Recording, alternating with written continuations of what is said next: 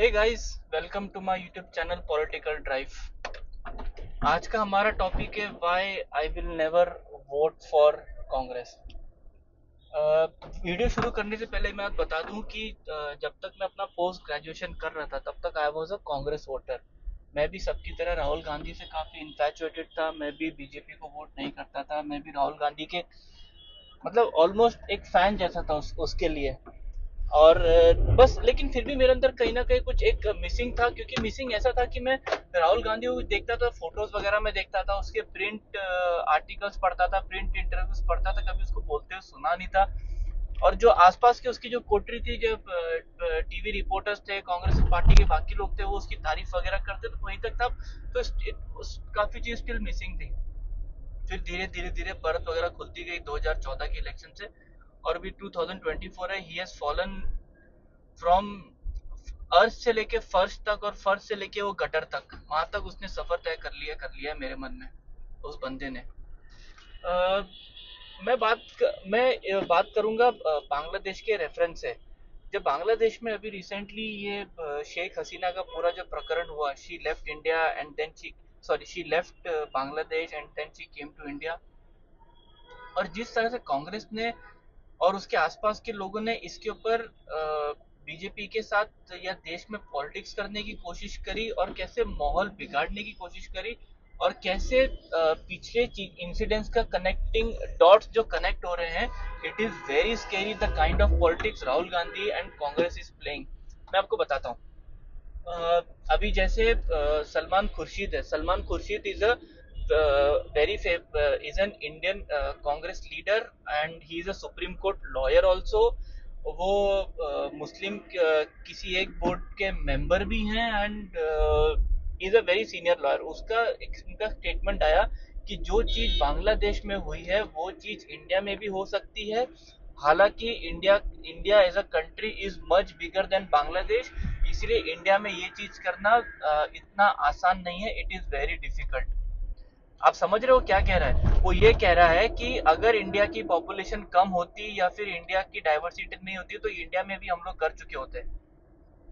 तो इस ये और इस चीज का कंडेमनेशन कांग्रेस के किसी भी लीडर ने नहीं किया है।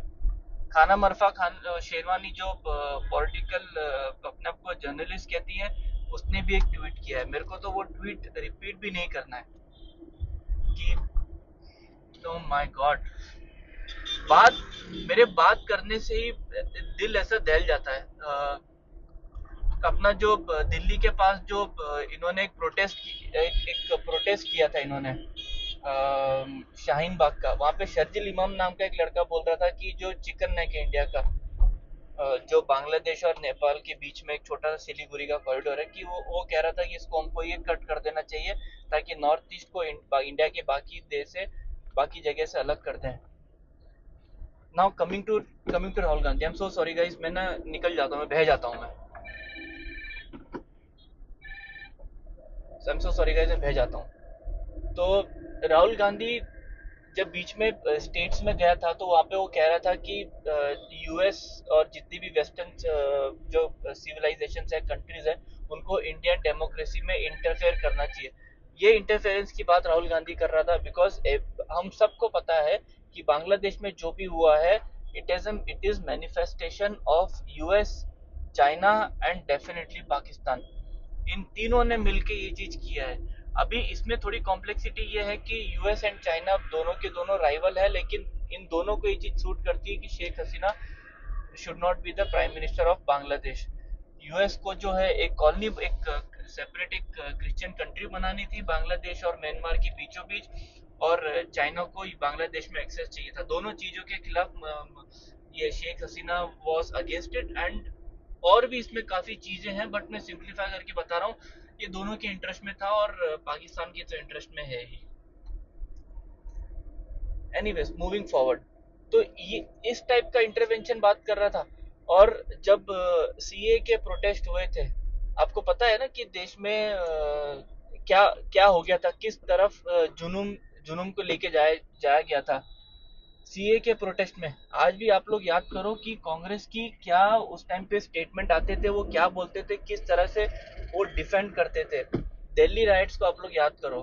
जब ट्रम्प आया था, सेम चीज, सेम सेम टू सेम चीज।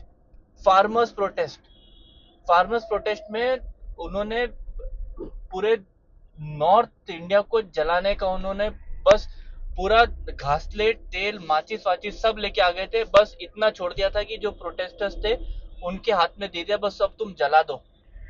शाहीन बाग का मुद्दा, शाहीन बाग के मुद्दे पे उन्होंने सेम मुसलमान और हिंदुओं के बीच में जो डिवाइड था उसमें जितना घी आग डालने का काम कर सकते सब किया। Not a single word of condemnation, कोई कंडेमनेशन नहीं। और फिर बाहर जाके ये लोग बोलते हैं कि यूएस आप लोग इंटरफेयर नहीं करते हैं।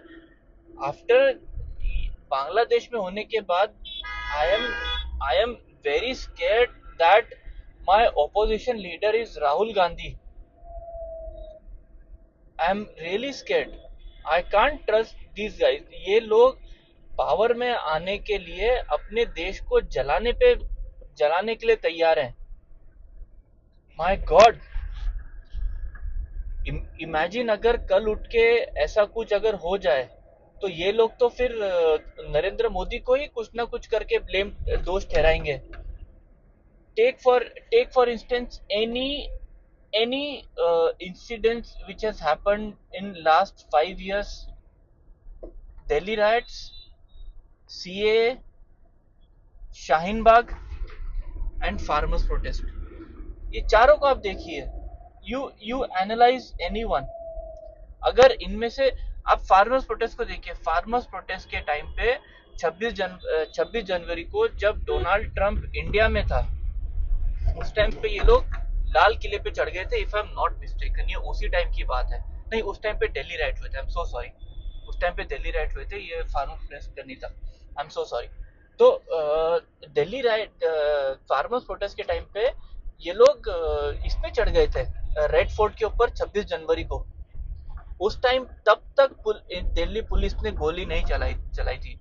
अगर एक भी ये लोग अगर गोली चलाते तो ये लोग जो मरता उसको एक सिंबलिज्म, एक सिंबल बना देते ऑपरेशन का। आपको याद है एक बूढ़ा फार्मर रोड के किनारे बैठ के, कुछ तो ऐसी एकदम गरीब सा था, and he was a genuine protester. उसको इन्होंने प्रोटेस्टर बनाने की कोशिश की थी। शाहीन बाग में जो बूढ़ी लेडीज थी जिनको इन्होंने सड़क के बीच में बिठा रखा था, उन बूढ़ी औरतों को इन्होंने एक प्रोटेस्ट का सिंबल बनाने की कोशिश की थी। याद है आपको? ये एक सिंपैथी वेव करने की कोशिश कर रहे थे। जितने भी लोग, जितने भी पुलिस वाले उस फार्मर्स प्रोटेस्ट को 26 जनवरी के दिन मारे गए, जो 10-15 लोग पुलिस वाले मारे गए, कितने ही जख्मी हुए, उनको कोई सिंपैथी नहीं मिली। एंड